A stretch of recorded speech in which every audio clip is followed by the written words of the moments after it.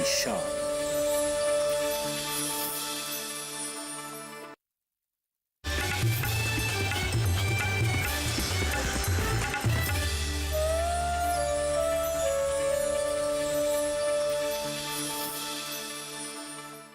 नमस्कार, आप देख रहे हैं दूरदर्शन किसान मंडी खबर में आपका स्वागत है। आपके साथ मैं हूं अंजू सिंह।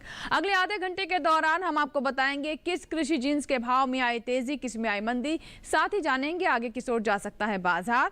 आज हम खास तौर से बात करेंगे गेहूं, मूंगफली, अरहर, प्याज, मसूर और जीरे की।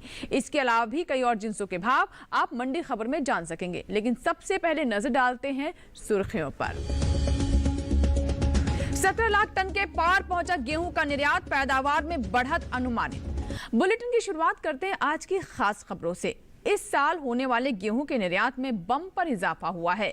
एपीडा की ओर से जारी ताजा आंकड़ों के अनुसार गेहूं का निर्यात 17 लाख टन के पार पहुंच गया है, जो बीते साल के मुकाबले कई गुना ज्यादा है, जिसका असर आने वाले दिनों में कृषि उपज मंडियों में गेहूं के भाव पर पड़ सकता है। गेहूं के बाजार पर देखिए हमारी खास रिपोर्ट। इस साल देश से होने वाला गेहूं का निर्यात पिछले साल के मुकाबले कई गुना बढ़ा है। साल 2020-21 में अप्रैल से फरवरी महीने के दौरान गेहूं का निर्यात 14,95,000 टन से ज्यादा बढ़ा है। बीते 11 महीने के दौरान गेहूं का कुल निर्यात 17,06,902 टन के पार पहुंच गया है, जबकि बीते साल की समान अवधि के दौरान निर्यात महज 2,11,094 टन का ही हुआ था। गेहूं के हाजिर भाव की बात करें तो एग्मार्क नेज के अनुसार देश की अलग अलग मंडियों में गेहूं के भाव इस प्रकार रहे।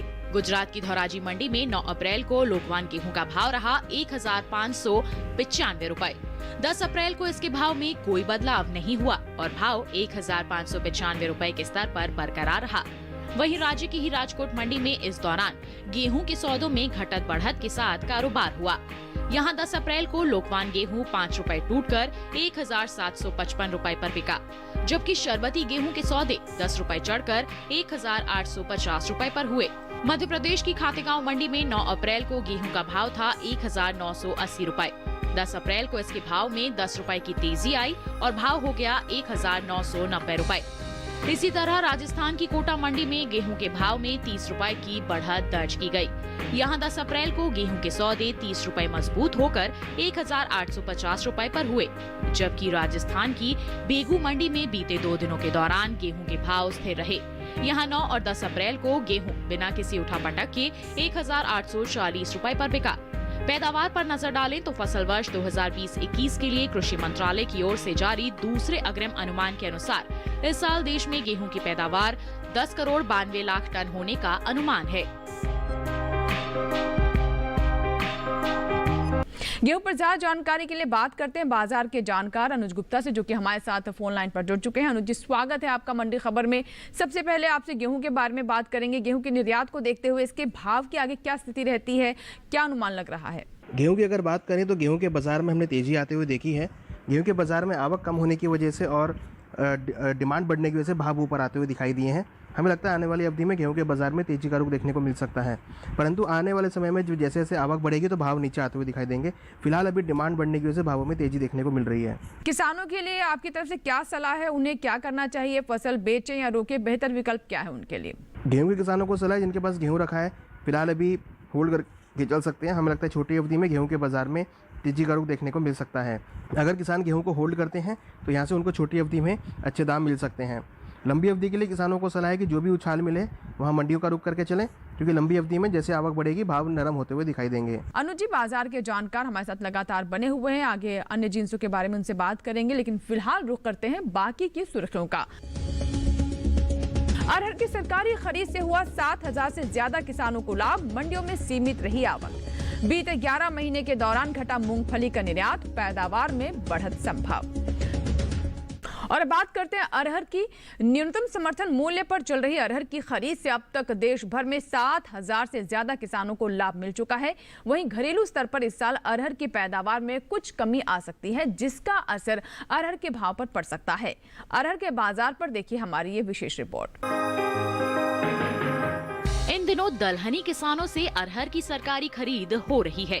सरकारी एजेंसी नेफेड की ओर से 6,000 रुपए के समर्थन मूल्य पर किसानों से अरहर की खरीद की जा रही है, जिसका सीधा लाभ दलहनी किसानों को मिल रहा है।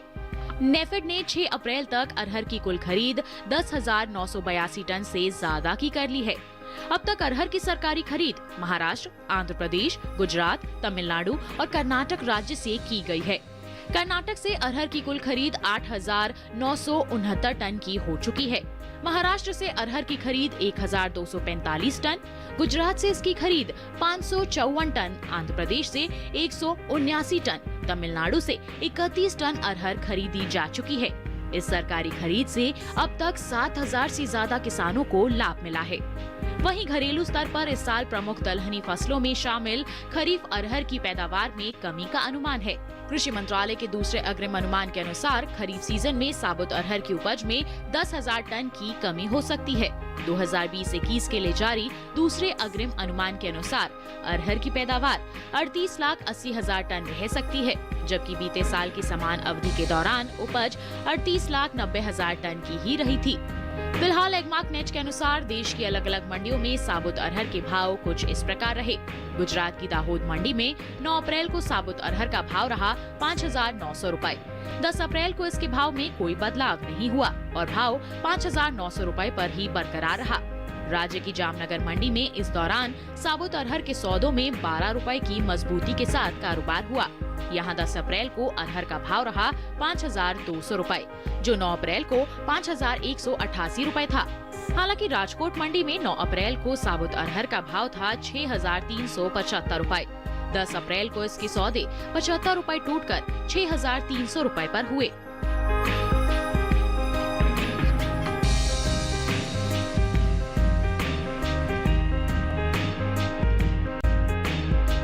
अनुज जी से बात करते हैं, हमारे साथ लगातार बने हुए हैं। अनुज जी, अरहर के भाव आगे किस ओर जाते हुए दिखाई दे रहे हैं? भाव पर किस तरह का असर पड़ सकता है? अरहर की बात करें या दालों की बात करें तो वहाँ पर भी हमने तेजी आते हुए देखी है।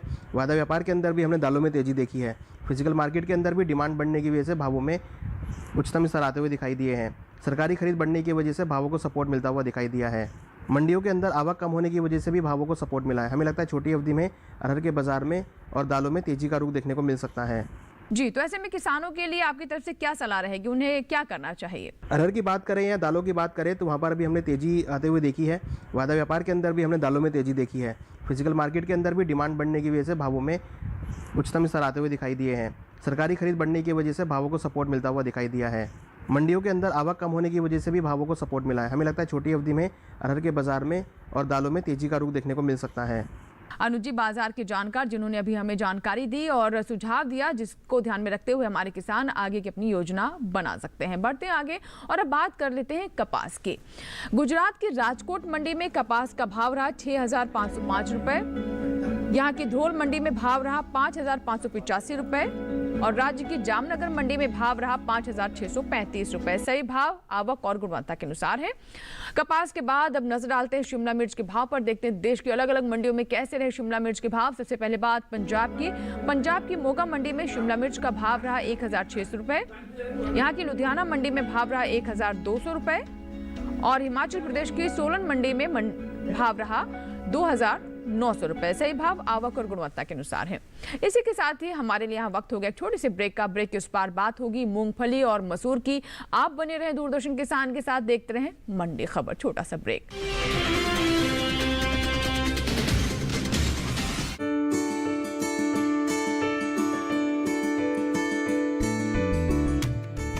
नया दौर के सफर में हम आपको ले चलेंगे पर्यटन प्रदेश उत्तराखंड में बसे भीमताल और दिखाएंगे कि कैसे भीमताल ब्लॉक पंचायत की उपलब्धियों और बेहतरीन कार्यों से बदल गई यहाँ के स्थानीय ग्रामीणों की जिंदगी। जानने के लिए देखिए डीडी किसान पर नया दौर 12 अप्रैल सोमवार दोपहर 4:30 बजे। ब्रेक के बाद एक बार फिर आपका स्वागत है दूरदर्शन किसान पर। आप देख रहे हैं मंडी खबर। बुलेटिन के इस हिस्से में बात होगी मसूर की, लेकिन पहले नजर मूंगफली पर। इस साल मूंगफली की उपज में बढ़त का अनुमान है। कृषि मंत्रालय की ओर से जारी ताजा आंकड़ों के अनुसार देश भर में मूंगफली की पैदावार 1 करोड़ टन के पार जा सकती है, जिसका असर कृषि उपज मंडियों में मूंगफली के भाव पर पड़ सकता है। वहीं बीते 11 महीने के दौरान देश से मूंगफली का निर्यात घटा है। इस साल देश से होने वाले मूंगफली के निर्यात में कुछ कमी आई है।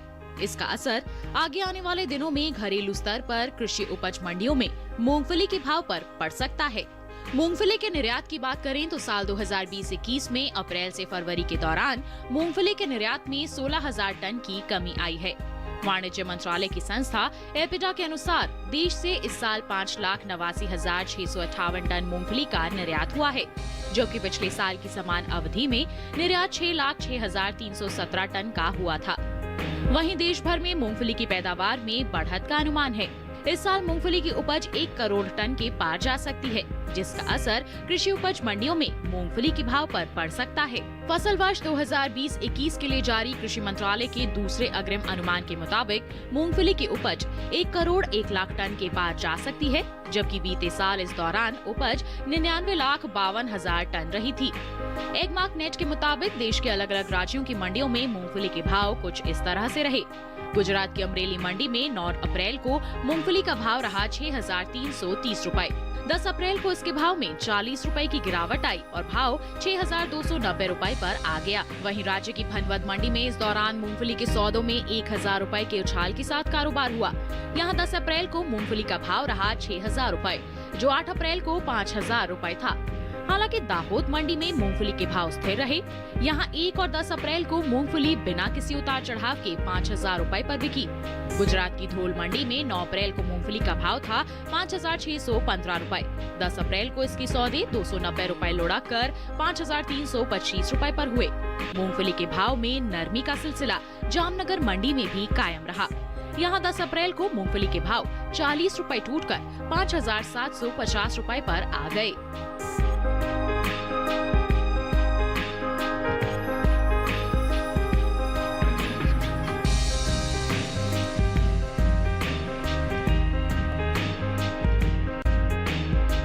बाजार के जानकार अनुज गुप्ता हमारे साथ लगातार बने हुए हैं।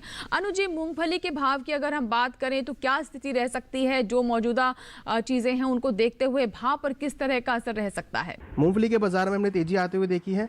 कहीं ना कहीं डिमांड बढ़ने की वजह से भाव ऊपर आते हुए दिखाई दिए हैं। फिजिकल मार्केट में मंडियों के अंदर आवक कम होती हुई दिखाई दी है और वैश्विक स्तर पर डिमांड बढ़ने की वजह से भी भावों में तेज़ी देखने को मिल रही है। हमें लगता है कि मंडियों के अंदर डिमांड बढ़ने की वजह से भावों में तेज़ी देखने को मिल रही है। फिजिकल मार्केट के अंदर भी भाव ऊपर आते हुए दिखाई दिए हैं। मूंगफली के बाजार में आने वाले दिनों में तेजी का रुख देखने को मिल सकता है। जी, तो ऐसे में आप किसानों के लिए क्या सलाह देंगे, क्या कहना चाहेंगे उनसे? मूंगफली के किसानों को सलाह है, जिनके पास मूंगफली रखी है फिलहाल अभी होल्ड करके चलें। वैश्विक कारणों की वजह से और डोमेस्टिक डिमांड बढ़ने की वजह से भावों में तेज़ी देखने को मिल रही है। हमें लगता है किसानों को मूंगफली को होल्ड करना चाहिए। होल्ड करते हैं तो यहाँ से उनको अच्छे दाम मिल सकते हैं। अनुज गुप्ता जिन्होंने अभी हमें मूंगफली पर जानकारी दी। बढ़ते हैं आगे और बात करते हैं गाजर की। देखते हैं देश के अलग अलग मंडियों में कैसे रहे गाजर के भाव। शुरुआत करते हैं गुजरात की सूरत मंडी से, जहां पर गाजर का भाव रहा 1,150 रुपए। हिमाचल प्रदेश की सोलन मंडी में भाव रहा 1,800 रुपए और पंजाब की लुधियाना मंडी में भाव रहा 600 रुपए। सही भाव आवक और गुणवत्ता के अनुसार है। और अब बात कर लेते हैं खीरा की। गुजरात की सूरत मंडी में खीरा का भाव रहा 850 रुपए।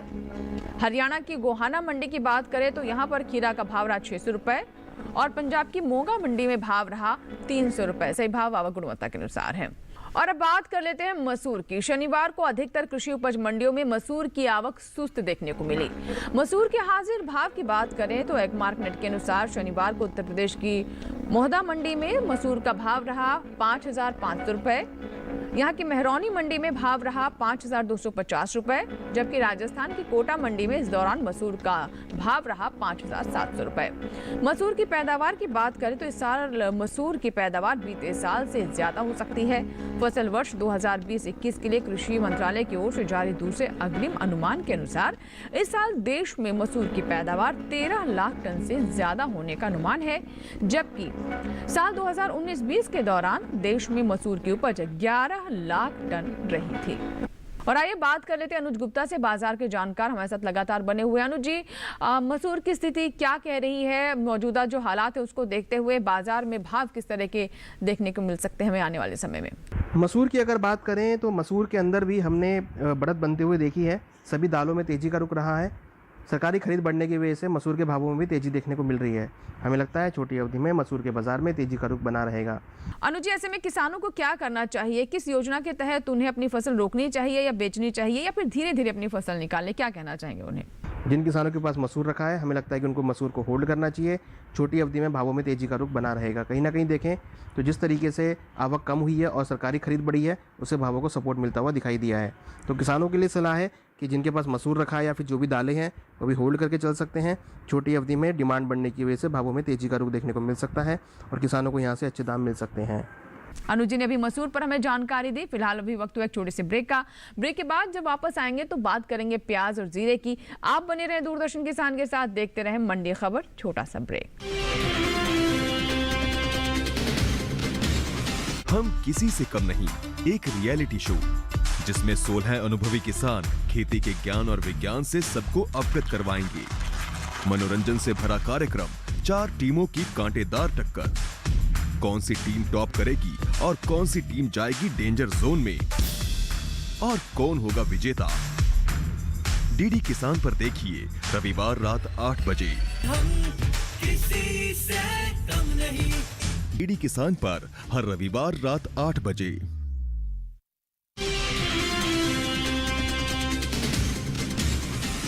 ब्रेक के बाद एक बार फिर आपका स्वागत है। आप देख रहे हैं मंडी खबर। इस भाग में सबसे पहले बात करेंगे जीरे की। इस साल जीरे के निर्यात में 30% से ज्यादा की बढ़त दर्ज की गई है।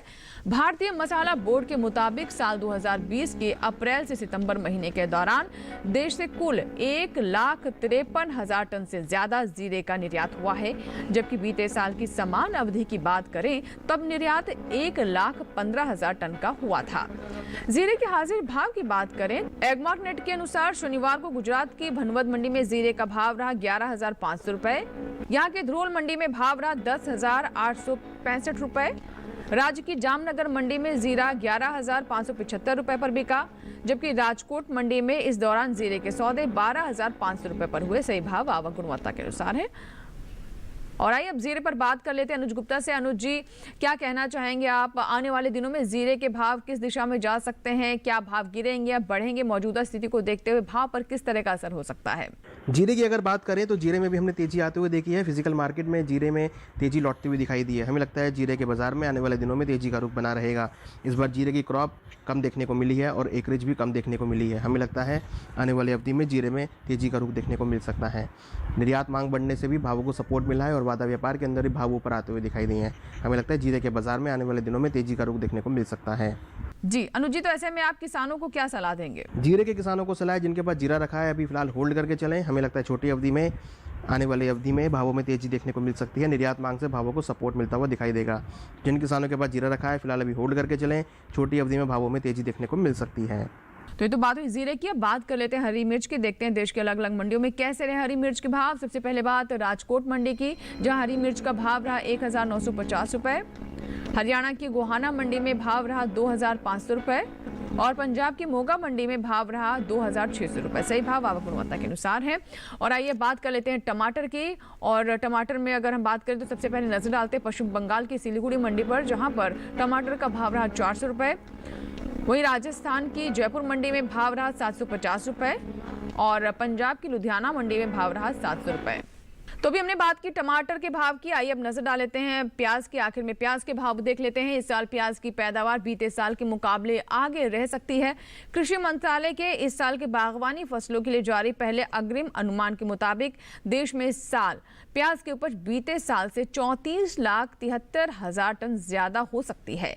साल 2020-21 में प्याज की कुल उपज 2,62,92,000 टन रहने का अनुमान है, जबकि बीते साल की समान अवधि के दौरान पैदावार 2,28,19,000 टन रही थी।